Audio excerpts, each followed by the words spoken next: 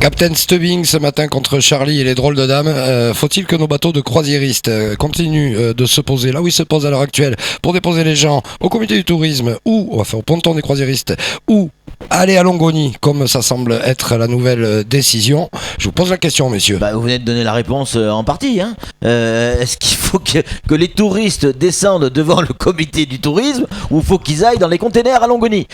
C'est ce que je vous dis. J'ai tendance à dire oui. Et il vaut mieux rester à Mamoudzou. Oui, on a un poumon économique que MCG, Mayotte Channel Gateway, est en train de faire vivre parce qu'il s'est endormi pendant des années, notamment avec la Chambre de commerce et de l'industrie. On nous dit que le tourisme c'est le moteur de l'économie. Demain, tiens, c'est bien, si on lui donne une belle machine pour travailler, pourquoi ne pas amener au port de Longoni, comme ça se fait par exemple à La Réunion, où les croisiéristes quand ils arrivent c'est au port. On les amène au port, mais pas de problème. Il y aura une belle plateforme, Puis en plus, il faut laisser la chance, au port de Longoni, au moins d'essayer. Il y a toujours eu la rade de Mamoudzou, de Dzaoudzi.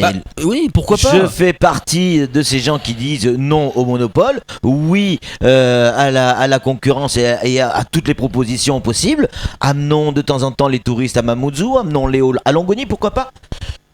Amenons-les à Ngouja, amenons-les un peu partout. Oui, je vous dis juste, d'enlever Mamoudzou et d'amener tous les touristes tout le temps à Longoni, je trouve ça con. Je veux pas me faire l'avocat du diable. On a mis en place un ponton qui a coûté, vous le disiez tout à l'heure, presque 1,6 million pour accueillir les touristes. C'est bien arrangé, il y a une petite partie un petit peu sous franchise là qui est plutôt intéressante avec un bar, un restaurant qui donne sur le lagon. Les touristes passent par là et ça a mis du temps pour se mettre en place. Et puis maintenant que ça y est, ça commence à se mettre en place, on arrive est direct en cœur de Mamoudzou, donc j'allais dire à distance, à quelque chose près équivalente entre Longoni et le sud. On peut aller dans le centre. Il y a un espace vie à Longoni qui est absolument magnifique, qui donne sur l'îlot à côté de Mayotte, enfin Aquamater, pas Mayotte Aquaculture, mais en plus, mais c'est très bien, c'est très beau. On peut faire quelque chose. Dans le nord, il y a des trucs magnifiques. Il faut laisser une chance. Bien sûr. Mais en plus, on a quasi une certitude. Mais pas de monopole. Non, mais on a une quasi-certitude, c'est qu'on n'aura pas un touriste allemand qui se fera agresser à la convalescence. C'est-à-dire que là, tout le monde sera un petit peu encadré. Vous engagez à ce que les gens qui débarquent à Longoni ne visitent pas Mamoudzou? En fait, ça va être un peu compliqué après. D'accord. Ça va être un peu compliqué. Donc, c'est ma deuxième question. Les gens qu'on va pas. Dans les bateaux de croisière, normalement, on achète tout à la journée. Donc, quand on descend du bateau, on prend un bus, on va visiter le sel à Sada. Alors, ça se passe comme ça, généralement. Par exemple, excusez-moi. Mais celui qui dit non, moi je prends pas les excursions, je fais journée libre. On le pose à Mamoudzou, il partait à pied se promener, à ses risques et périls. On le pose à Longoni, il fait quoi? Miser sur la compétence de Lilianel pour organiser les choses. Faites-lui confiance un tout petit peu. Il peut prendre un bus au départ. Mais moi, j'ai pas de problème avec Longoni.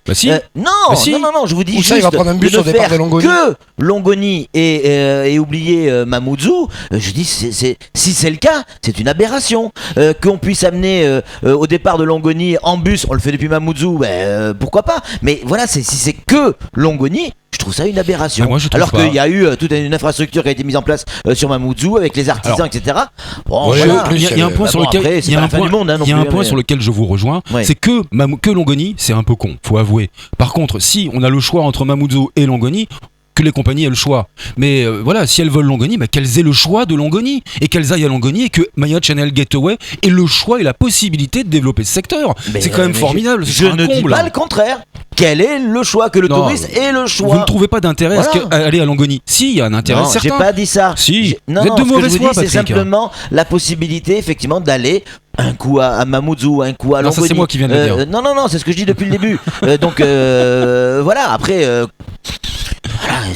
moi je veux bien tout. On a un territoire à développer. Il faut qu'on se donne toutes les chances de pouvoir travailler avec ce territoire et le développer. Le port de Longoni et Mayotte Channel Gateway sont une chance. Moi je reste sur ma question. Faut pas écarter ça. Le touriste qui prend pas d'excursion, parce que les bus qui sont sur place, qui attendent les touristes, c'est que pour les excursions programmées. Il n'y a pas de bus pour aller où on veut. Le touriste qu'on pose à Longoni et qui lui n'a pas pris d'excursion, il fait comment? Il y a que dalle à Longoni. Alors maintenant, ce sera. Non, mais attendez, il y a que dalle, mais avant qu'il y ait l'électricité, il n'y a pas d'électricité. Avant qu'il y ait le port, il n'y avait pas de port. Et si effectivement il y a une activité qui doit se mettre en place à Longoni, il y aura des bus, il y aura tout ce qu'il faut. Mais le problème n'est pas là. Le problème n'est pas là, c'est de déplacer une infrastructure qui existe déjà aujourd'hui à Mamoudzou, la déplacer à Longoni et de dire maintenant les touristes, c'est Longoni. Ouais.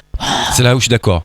Là, je peux pas dire le contraire. Maintenant, il y a une chance, faut peut-être l'explorer. Oui, mais allons-y, au contraire, et plus il y en aura. Il faut qu'il y en ait 2, 3, 4, 5, 6 possibilités d'accueillir les touristes. Il n'y a pas débat alors. Mais non, vous me posez la question, je vous donne mon avis. Mais non, vous avez le droit d'être d'accord avec moi. Est-ce qu'il va y avoir une suite logique à tout ça? Est-ce qu'on va déplacer tous les marchés artisanaux et le comité du tourisme à Longoni aussi ou pas? Ça va être un peu compliqué parce que comment ça se passe? Même si c'est place de la République, il y a eu des foires artisanales qui ont été organisées avec la Chambre des métiers. Ils n'étaient pas contents parce que les touristes, quand ils descendent du bateau, ils montent dans les bus et ils partent en excursion en demi-journée. Quand ils reviennent, ils sont un peu crevés parce que généralement c'est des personnes âgées. Ils regardent un petit peu et puis ils remontent dans le bateau et ils s'en vont. Et la foire, elle marche pas, ça ne matche pas. Là, ça va se passer pareil à Longoni. Ça va être compliqué. Vous mettez un marché artisanal là-bas, les gens ils vont descendre, ils vont arriver sur quai ou à l'extérieur, à l'espace vie. Ils vont monter dans les bus, ils vont revenir. Puis bon, en plus généralement comme c'est pas très concurrentiel, qu'ils viennent de Madagascar, les touristes ils ont fait provision d'artisanat. Voilà, ça pose toujours problème et personne n'est content. Je sais que du côté de la Chambre des métiers de l'artisanat, ils sont pas trop chauds pour aller à Longoni. Mais bon, tout ça se discute, ça s'organise, ça peut s'organiser. Entre vous qui voulez à tout prix aller à Longoni et Patrick qui veut pas y aller du tout, c'est la fin de ce face à face. Oui, moi aussi je suis de mauvaise foi, c'est que ça.